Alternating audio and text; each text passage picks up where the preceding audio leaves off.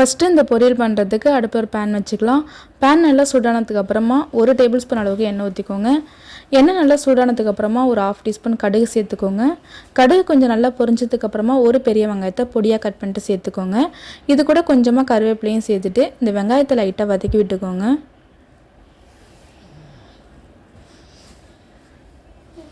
வெங்காயம் வதங்கினதுக்கு அப்புறமா 2 உருளைக்கிழங்க மெலிசா நீல வாக்கில் கட் பண்ணிட்டு சேர்த்துக்கோங்க. உருளைக்கிழங்கு சேர்த்து ஒரு 2-3 நிமிஷத்துக்கு இந்த எண்ணெயில் நல்லா வதக்கி விட்டுக்கோங்க.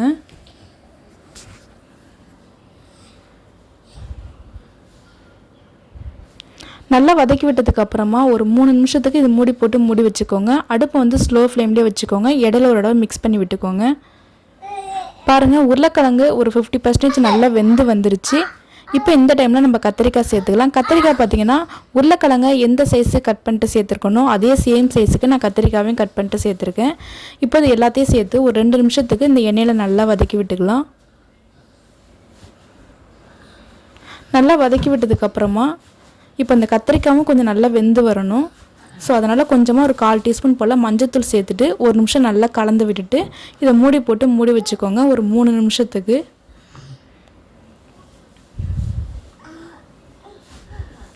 இடையில அப்பப்போ நல்லா கலந்து விட்டுட்டு திரும்ப மூடி போட்டு மூடி வச்சுக்கோங்க. பாருங்கள், உருளைக்கிழங்கு கத்திரிக்காய் எல்லாமே நல்லா வெந்து வந்துருச்சு. இப்போ இந்த டைமில் இந்த பொரியலுக்கு தேவையான அளவு உப்பு சேர்த்துக்கலாம். உப்பு சேர்த்து ஒரு நல்லா மிக்ஸ் பண்ணி விட்டுக்கோங்க.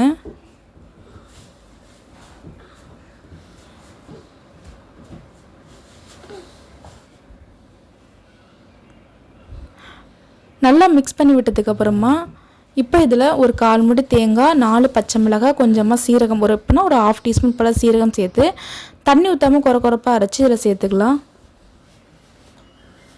நம்ம வந்து மிளகாத்தூளோ மல்லித்தூளோ எதுவுமே சேர்க்க போகிறது கிடையாது. கொஞ்சமாக மஞ்சள்தூள் சேர்த்துருக்கோம். காரத்துக்கு பச்சை மிளகாய், கொஞ்சம் தேங்காய், சீரகம் சேர்த்து குறப்பாக அரைச்சி சேர்த்துக்க போகிறோம். அவ்வளோதான். ரொம்பவே சிம்பிளாக ஈஸியாக இந்த பொரியல் செஞ்சிடலாங்க. ஆனால் ரொம்ப ரொம்ப டேஸ்ட்டாக இருக்கும். எல்லா வெரைட்டி ரைஸ் எல்லாத்துக்குமே சைடிஷ்ஷாக வச்சு சாப்பிடும்போது ரொம்ப சூப்பராக இருக்கும். கண்டிப்பாக ட்ரை பண்ணி பாருங்கள்.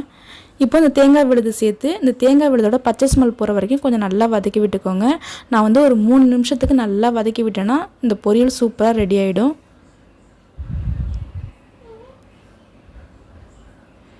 அவ்வளோதாங்க, நம்மளோட உருளைக்கிழங்கு கத்திரிக்காய் பொரியல் சூப்பராக ரெடி ஆகிடுச்சு. ரொம்ப ரொம்ப டேஸ்ட்டாக இருக்குங்க. ஒரே மாதிரி செய்யாமல் இந்த மாதிரி டிஃப்ரெண்ட்டாக செஞ்சு பாருங்கள். ரொம்ப சூப்பராக இருக்கும். தேங்க்யூ.